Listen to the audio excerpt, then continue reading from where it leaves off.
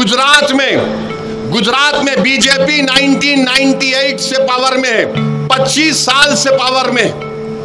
अहमदाबाद में, दानी लिमडा में, चंदोला वहां पर एक तालाब है। 30-40 साल से गरीब लोग रहते हैं, मुसलमान और हिंदू मिलकर।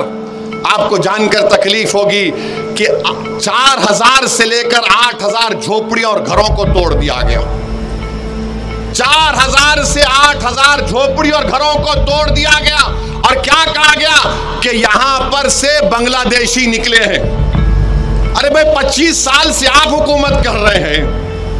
आपने 1900-2000 लोगों को वहां से पुलिस ने उठाया, 90% लोगों को आपने छोड़ दिया कि भारत के नागरिक है।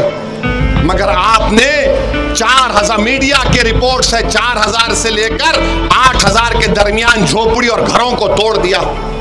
बताइए कहां जाएंगे ये गरीब? इस देश में गरीबों का क्या होगा? क्या गरीब अगर मुसलमान है, हिंदू है, दलित है, बैकवर्ड क्लास है, आज वो दलित रोड पर है। बांग्लादेशी क्या करना है? अच्छा, अगर बांग्लादेशी है तो फॉरेनर्स ट्रिब्यूनल क्यों है? 25 साल से आप हुकूमत में है। मैं पढ़ कर तकलीफ होती है कि उन पर क्या गुजर रही होगी।